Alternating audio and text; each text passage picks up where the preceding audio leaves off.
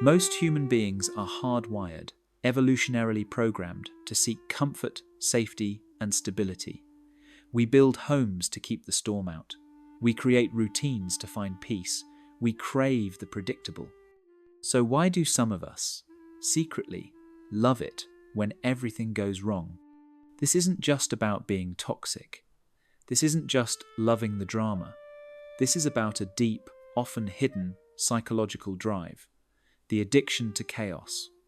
It's the person who feels most alive during a crisis, the co-worker who seems to engineer emergencies, the friend who is always in the middle of a screaming match, and the family member who feels empty when things are too quiet. Today, we are going beyond the labels.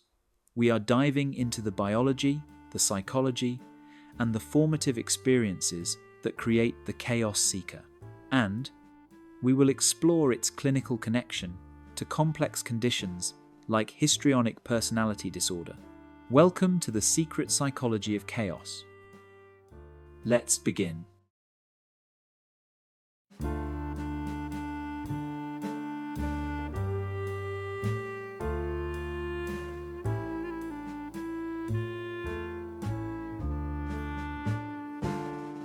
Not all chaos is accidental. Some people don't just live through storms, they create them. A chaos seeker is not the same as someone who's simply good under pressure. First responders, surgeons, pilots, they manage chaos to restore order. A chaos seeker does something very different.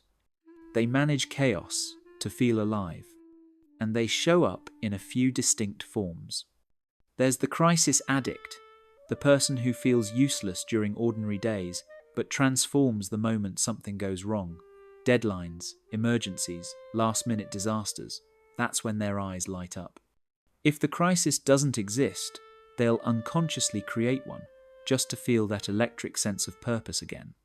Then there's the drama magnet, whose relationships swing between passion and disaster. They don't actually want pain. They've just learned to mistake emotional turbulence for emotional intensity. To them, peace feels like distance. Quiet feels like disconnection. We also have the instigator, the subtle storm starter. They poke, provoke, stir the pot, then step back and observe the explosion as if they had nothing to do with it. Control from the shadows is their oxygen. And finally, the chaos romantic, a type rarely named but widely felt. They crave love that burns, not love that steadies. If a relationship becomes too calm, they fear it's fading, and may ignite conflict simply to confirm it's still alive. Different personalities, different stories. But beneath every archetype lies the same unsettling truth. Stability doesn't soothe them, it suffocates them. Peace doesn't feel like home, chaos does. For some people, boredom isn't quiet. It's suffocating. There's a term in psychology for this: high sensation, seeking a trait identified by researcher Marvin Zuckerman. These are the individuals whose nervous systems run at a naturally lower baseline of stimulation. While most people feel normal during calm, they feel underfed, understimulated, emotionally starving. To them, a peaceful life isn't comforting. It's like being locked in a windowless room where the air gets thinner by the minute. So they chase intensity. They don't mean to. They often don't even realize they're doing it. But intensity becomes their oxygen. Some pick fights when a relationship finally becomes stable. Not because they want to hurt their partner, but because conflict jolts their system awake in a way tenderness doesn't. Some jump from job to job, idea to idea, relationship to relationship, always searching for the next spike of emotional voltage. Some fall into impulsive spending, risky decisions, or rapid-fire hobbies, not out of recklessness, but out of a desperate need to feel something. And drama? Drama is the easiest, cheapest, most accessible form of stimulation the human brain can get.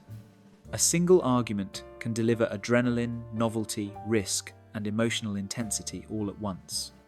That's why calm feels dangerous to a high-sensation seeker. It's not peace, it's withdrawal. It's the crash after the high, the slow slide into numbness that terrifies them far more than chaos ever could. They're not addicted to drama. They're addicted to aliveness, and chaos is simply the fastest way their brain has learned to reach it. Children don't just survive chaos. They absorb it. They memorize it. And eventually, they become shaped by it. Because a child's brain isn't built for logic or long-term thinking. It's a survival engine, hyperplastic, hyperreactive, scanning every second for danger or safety. And when a child grows up in a home ruled by unpredictability, an alcoholic parent, a screaming household, cold silence, sudden explosions, something profound begins to happen. Their nervous system learns that calm is not real. Calm is the space before the storm. Calm is the fragile quiet where everyone holds their breath, waiting for the next door to slam, the next argument to erupt, the next punishment to fall out of nowhere. So the child adapts. They become hypervigilant, always monitoring tone, footsteps, micro-expressions, the temperature of the room. They become experts at detecting danger before it becomes visible. And in that world, peace isn't peace. Peace is tension. Eventually, the body rewires itself. Chaos equals normal. Calm equals threat. But that's only the beginning.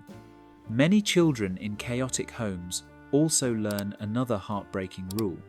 The only time they receive attention is during a crisis. When they're quiet, they're invisible.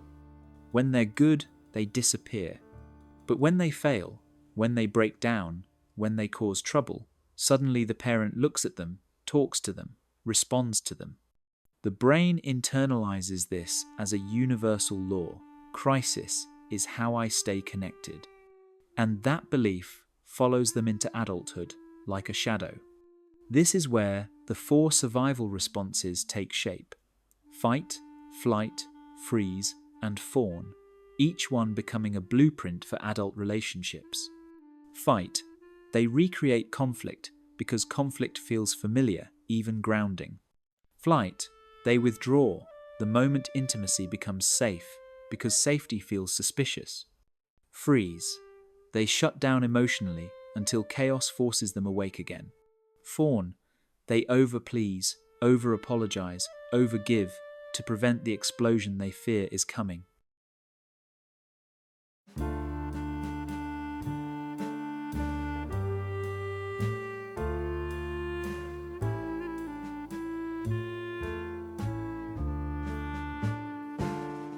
And when this child grows up and enters a loving, stable relationship, something strange starts to happen. Their partner's kindness feels overwhelming. Their consistency feels unfamiliar. Their stability feels unsettling, because the nervous system isn't built around healthy love. It's built around surviving danger. So they push away, pick fights, accuse without reason, start an argument when things finally feel calm, not out of malice, but because chaos feels like home and silence feels like abandonment. A partner might say, "I don't understand. Everything was going so well. Why did you blow up?" But inside the chaos-shaped mind, the reaction is instinctive. If it's this quiet, something must be wrong. They create the storm because the storm feels safer than the unknown quiet. This is why so many chaos seekers feel drawn to partners who are emotionally unpredictable or even toxic. Not because they want to suffer, but because their nervous system confuses unpredictability with intimacy. And that's the tragedy. They are not choosing chaos. Chaos was chosen for them, long before they had words for it. But here's the truth that rarely gets said. Nothing is wrong with them. Their reactions aren't character flaws. They are adaptations, intelligent, protective, necessary adaptations to an environment that demanded survival over peace. A childhood spent bracing for impact builds adults who are calm in chaos and chaotic in calm. They aren't broken, they're conditioned. And until they learn a new language of safety, their nervous system will always chase the only world it's ever known. When you grow up powerless, you learn a painful truth early. The storm decides everything. But as an adult, many chaos seekers discover a new strategy, one that flips the script entirely. If you can't control the storm, you become the storm. This is the control paradox. To the outside world, chaos seekers look impulsive, emotional, or reckless. But internally, something very different is happening. They create chaos, not to lose control, but to gain it. Think back to a childhood where arguments erupted without warning, where punishment arrived out of nowhere, where love came in unpredictable waves. A child in that environment learns one thing: being surprised is dangerous. So as adults, they find a twisted form of safety in engineering the very crises they used to fear. This becomes the hero complex. It works like a subconscious 3-step ritual. 1. Create the problem, miss the deadline, forget the bill, provoke the fight. 2. Trigger the crisis. Things spiral, tension rises, everyone panics. 3. Save the day, stay up all night fixing it, swoop in with a solution, become the indispensable hero. And for a moment, they feel powerful, needed, relevant, essential. The validation hits like a drug. See, they can't function without me. See, I'm the one who fixes everything. It's not arrogance, it's survival. Because in their childhood, chaos meant danger. But in adulthood, chaos becomes the only place they feel in control. This is the paradox. They don't want the fire. They want the feeling of putting it out. Not every chaos seeker has a disorder, but every personality disorder carries its own kind of chaos. Before we go deeper, here's the truth many people miss. Chaos seeking is a behavior, not an identity. But in some cases, that behavior becomes part of a larger clinical pattern, especially within Cluster B personality structures. Let's break down the differences clearly, without judgment and without labels that wound. Histrionic personality disorder, HPD. HPD is often misunderstood as being dramatic when it's far more complex. The core driver isn't chaos, it's attention. People with HPD feel emotionally invisible unless they're at the center of the spotlight. Their emotions are real, but they're amplified, theatrical, magnified to fill the room. Small conflicts become operatic scenes. Minor slights become tragedies. They don't create drama for adrenaline. They create drama to avoid something far more terrifying: being ignored. Borderline personality disorder, BPD. BPD carries its own kind of storm. The core wound isn't attention. It's abandonment. Someone with BPD may spiral into emotional intensity because they fear losing the people they love. Chaos becomes a shield, a test, a plea for closeness. It's not manipulation, it's panic. It's the nervous system screaming, "Don't leave me, stay, prove you won't disappear." Drama here is not performance. It's survival. Narcissistic personality disorder, NPD.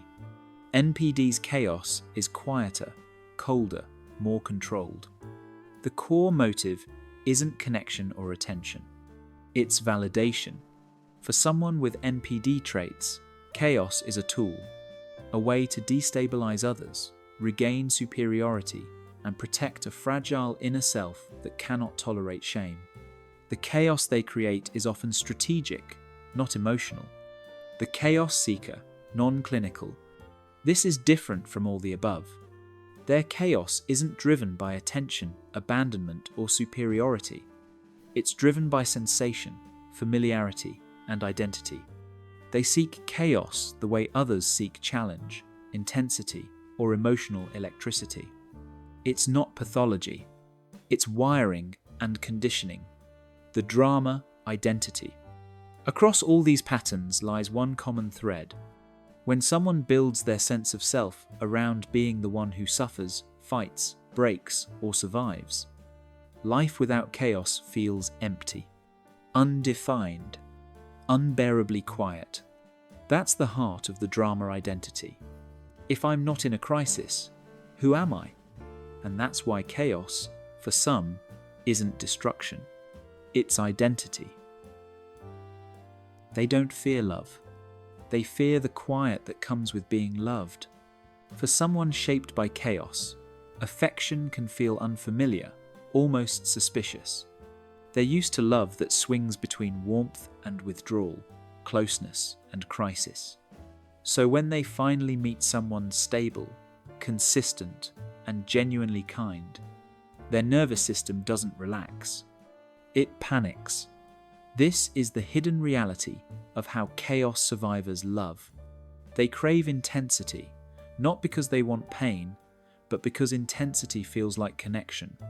When a relationship becomes calm, their mind begins to whisper. Are they losing interest? Why is it so quiet? What to may be billeted? What if something is wrong? What if they leave? And so, without wanting to, they might start the very conflict they fear. A small comment becomes a test. A delayed text becomes a trigger. A moment of silence becomes an emotional earthquake. Not because they want to sabotage the relationship, but because chaos feels like proof that the other person still cares, that the bond is still alive. In arguments, they often swing fast love, fear, regret, desperation, because their attachment system was built in a home where emotions changed without warning. They may cling too tightly, or pull away too suddenly, or oscillate between both. And yet beneath all the turbulence is something profoundly tender. Chaos survivors love with a depth forged in survival. They feel everything intensely. They care fiercely. They try again and again to hold on. They're not difficult to love. They just love differently. And when they finally learn that calm can be safe, their hearts become some of the most loyal, honest, and courageous places on earth. Healing from chaos doesn't mean you suddenly become calm. It means calm stops feeling like danger. For someone shaped by intensity, peace has to be relearned slowly, safely, in small doses. Not as a command, not as a moral duty, but as a new experience the nervous system can grow into. The first step is awareness. Noticing the moment your body starts craving conflict, adrenaline, or emotional spikes. Catching the impulse before it becomes a pattern. The second step is interruption. A deep breath, a pause before the text you want to send, a short walk before the argument you want to ignite. Not to suppress the feeling, but to give it room to settle. And the third step is replacement. Finding intensity that builds you instead of breaking you. Creative work, physical challenge, movement, novelty, expression. Letting the fire fuel something outside of drama. Healing is not about choosing peace over chaos. It's about teaching your nervous system that peace can coexist with aliveness. That calm doesn't mean collapse. That quiet doesn't mean abandonment. And one day, almost without noticing, the silence that once terrified you begins to feel like breath. In the end, the real healing isn't about escaping the storm, it's about learning to breathe in the quiet that follows. Because the silence you once feared may one day become the place you finally feel whole. If this spoke to you, stay with us. Subscribe for more deep dives into the human mind, and share your aha moment in the comments below.